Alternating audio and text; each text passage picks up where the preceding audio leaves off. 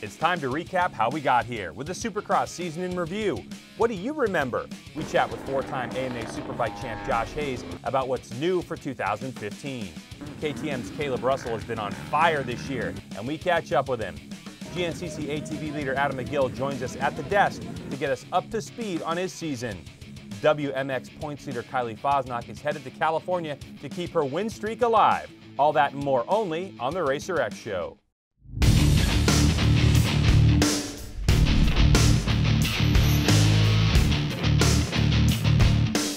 Hello and welcome. This is the Racer X Show. I'm your host, Greg. Not much racing over the Easter weekend, giving us a chance to catch up with a few of the sport's best.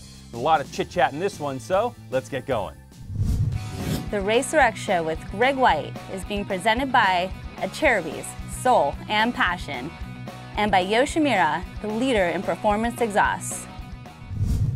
We start with the Supercross segment presented by Acheruby's with a look at the Monster Energy Supercross 450 class season so far.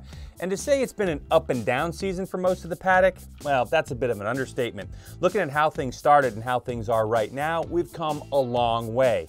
And in typical Supercross style, it's the staying healthy part that eludes a lot of the top racers. We started January 3rd in Anaheim, California, 13 rounds ago. And with a gate drop, the season started. With a new team and a new brand of motorcycle, the red-hot Ken Roczen on the Soaring Eagle Jimmy John's factory Suzuki took the point. The theme of the year is #Who's Next, asking the question, who will be the standout rider battling for the #1 plate? The first statement was made by Roczen, who took a convincing 5-second win. The next stop was Phoenix, and out front early is Geico Honda's Eli Tomac, with Ken Roczen on the bright yellow machine making moves. That would lead to a good race between the two. Number 5, Red Bull KTM's Ryan Dungey was also charging, here racing up Autotrader.com Toyota Yamaha's Weston Pike on the Blue 23.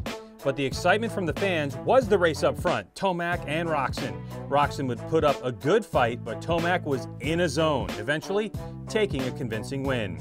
On January 17th, we were back at Anaheim, where Ken Roczen picked up where he left off, getting by early leader Andrew Short on the number 29 BTO Sports KTM. Roczen would set sail. But behind him, the first big controversy of the season, as the number 22 Discount Tires Chad Reed, leading number 41 Factory Honda's Trey Canard. Canard makes a mistake, lands on Reed.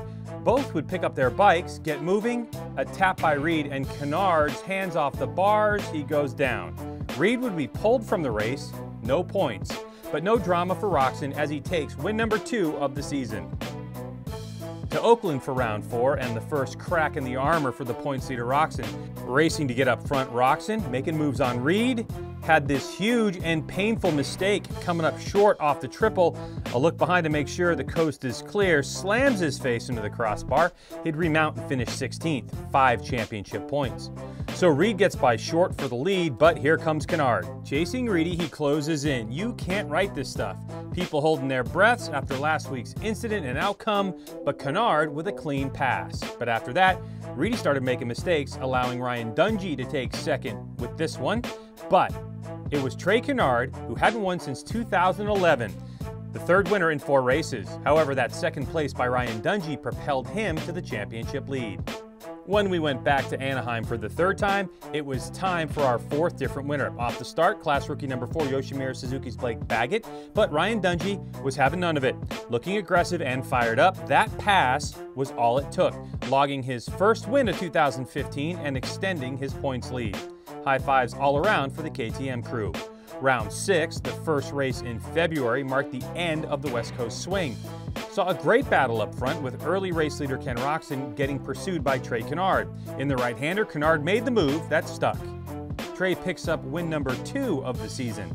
Arlington, Texas for round 7, and Ryan Dungey starts to pour it on, winning his heat race, the whole shot, and he'd lead every single lap. A heel clicker for his 16th career win.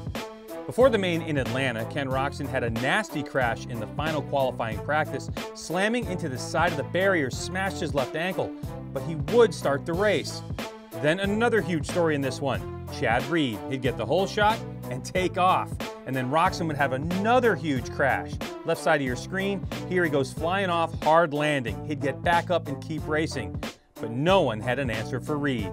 as he takes his first of 2015, with Ryan Dungey continuing his streak of podium finishes, only missing it in round 1. After that race, Chad Reed Skyped in for a quick chat with us on the show. Dunge is gone. I believe this is his title to lose. It's a bummer. I mean, you always want to be in the title chase. It makes it fun doing that hard work during the week. But right now, it's just, I've kind of tried to shift my focus to race wins. Back to the action, we find ourselves back in Atlanta, where Weston Peick leads the way with a chasing Chad Reed, who made this mistake and goes down.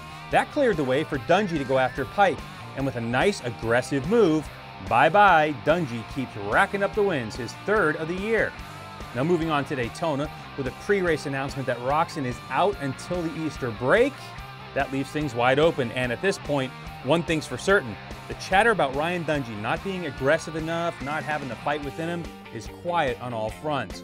And in this one, he's banging bars with Honda's Cole Seely, with Seely hitting the deck. Dungey then would go after quick starter Andrew Short, who everyone should be taking hole shot lessons from. And Dungey was ripping at this point, passing Short and took off. A smile under the helmet for Dungey, not only for the win, but because it was his first ever at Daytona. To Indianapolis, Indiana for round 11, a move off the start to pass Andrew Short, and Dungey checks out again, his 5th win of the year and 3rd in a row.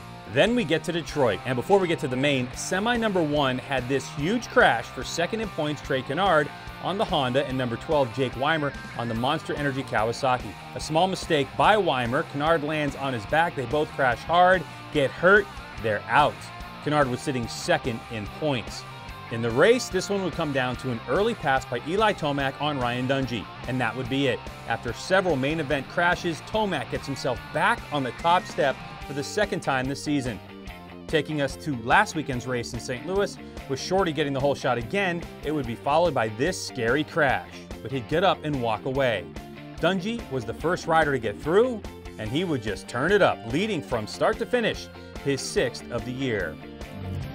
And that's how we got to this massive points lead, Dungey's domination and key injuries to points collectors. At this point, Dungey seems unbeatable for the title. Supercross returns this weekend, live on Fox Sports 2 from Houston, Texas. Race coverage begins at 8 p.m. East, 5 p.m. Pacific. And that's our Supercross segment, presented by Acherbys. Now it's time for our road race segment, brought to you by Yoshimura. Now this weekend will mark the very first race weekend for the new AMA Superbike series called MotoAmerica. MotoAmerica is being led by 3-time 500 GP champ and road race legend Wayne Rainey. His group has the task of rebuilding motorcycle road racing both internally and externally to build new world champions out of America's youth and reintroduce fans to the sport, a huge task for sure. And the racer that leads the paddock into the new era is 4-time and current Superbike champion riding for the Monster Energy Graves Yamaha team. It's Josh Hayes. Hey Josh, welcome to the show, man. It's good to have you. Thanks for having me on the show here, Greg. Hayes, a lot of changes in the off season. Would you fill us in? Yeah, we have a lot of new things happening. New series with the MotoAmerica guys, a lot of new people in charge, all racing people, you know, so I think there's a lot of excitement around it, and I'm lucky that I'll be racing kind of in the beginning of the new era, at least for a few more years, and hopefully with a little bit of growth, it'll give me somewhere to grow into after I'm done with the riding side. But right now, focused on trying to win some races, and it's good to know that we have a full schedule, 9 weekends, 18 races, and looking forward to getting started. That's the series, but 6 years with Yamaha, all in the R1, but now you have a brand new one. What's that all about? Man, I couldn't have hit a better place at a better time, you know, and I'm very happy to be with these guys, but I'm going through a whole new thing, developing a new bike, just like I did when I first showed up. We did 6 years with the previous R1 model. We're starting over again now with this new R1 that just came out, and man, it's cool that I think we're going to show up and be competitive in the first race, but we're a long way from making this thing feel like home, and hopefully by mid-season, everybody's going to be crying in their cereal for the rest of the season. Well, Josh, thanks for joining us here on the Racer X Show. Check back with us later this year. Yeah, it'll be great. I'd love to check back in with you guys if you'll have me, and definitely looking forward to the first race. It's going to be good being in Texas. I got a lot of family there. Mom and Dad are coming out to watch, so fired up to race in front of a new crowd. You can catch MotoAmerica on CBS Sports Network April 15th. That's the preview show, 8 p.m. East. The race highlights from COTA will air on Sunday, April 19th at 6:30 p.m. And this weekend from COTA, MotoGP qualifying will air 7 p.m. East on Saturday, April 11th, Fox Sports 2. Then on Sunday, starting at 1 p.m. East on Fox Sports 1, Moto3 at 1, Moto2 at 2, and MotoGP Live at 3 p.m. And World Superbike from Aragon's on BN Sport Network. Sunday morning, 1 a.m. is Superpole. Then 6 a.m. and 7 a.m. races 1 and 2 for Superbikes. All times are East. And that is our road race segment, presented by Yoshimura. In the AMSOIL GNCC presented by Maxxis Series, we've had 3 rounds already, and there's been some really good racing. For second, the man who swept so far, 2-time series champ Kailub Russell. And from his home in North Carolina, he joins us now.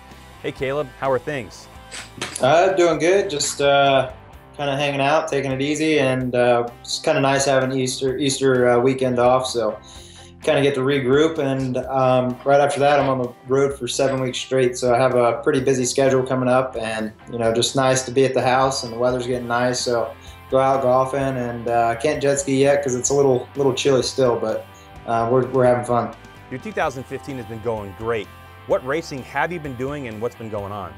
Yeah, I've been racing the National Enduro Series, the Sprint Enduro Series. We've had 1 race of that, and then obviously the first 3 GNCCs, and everything's gone off. I've had a pretty good start to the year, winning 4 out of 6 races thus far. So the Enduro Series, I've got some work to do to get to that top step. I've got 2 seconds, but I'm still trying to figure out the game. I'm new to the series, and it's a different format and it's tough. But the GNCCs, I'm a 2-time champion now, and I've started off the year great, and it's been really cool so far, and I'm just trying to do my own thing and take it race by race, and we'll see where we end up at the end of the year. You're on the top right now. You've got 2 championships. What's keeping you motivated? What keeps me motivated is being on top, and once you win so much, it's kind of it feels embarrassing to lose. So losing to me is kind of embarrassing, even if it's a second. Like, I'm still hard on myself. So that's what keeps me motivated and keeps that drive there. Is winning's fun, and especially when you do it a lot. Well, thanks again for joining us, and good luck with your 7-week stint. We're looking forward to watching you race. And you can watch uninterrupted coverage of the GNCC motorcycle race on Sunday, April 12th, beginning at 1 p.m. East. That's live only on RacerTV.com. All right, since we're on the topic of GNCC racing, let's shift gears to ATV and welcome in points leader Adam McGill. Good to have you here, Adam. What's up, what's up? Oh man, a lot's up. Yeah, You're leading for sure. this championship in the ATV GNCC stuff. Let's go over some stats. Okay, so last year you're 3rd overall. Right now, you finished 2nd in the first race, and you won the last couple races. You're 20 points ahead of Walker Fowler. Chris Borich, the man, right, allegedly, he's buried in the points 39 back. What's this turnaround for you? What has been going on? This is a great year for you. Biggest thing that's changed is, 1, I bought a home, and I'm settling down, getting really serious with my fiance, and there's a lot of pressure with that, and then I'm not getting any younger. I want this championship, and I want it now, and it crept up on me. We haven't done very good, what I would like to say very good since the factory days, and now we're finally getting a leg up on it. We go to the races now. I'm there, I'm friendly in the pits. We're there to race, but when the helmet goes on, I got enough friends at home. We're about a 1/3 of the way through the GNCC season. You're heading to another race. Do you feel any different inside now that you're the man up front? Yeah, a lot of it's the same. I have my dad, which has been with me right from the start. He's been mechanicking on this thing and making sure it's 100%. And he's all excited again. So I know he's giving me 100%, and which I'll turn around and give him 100% as well. So, that's turned around.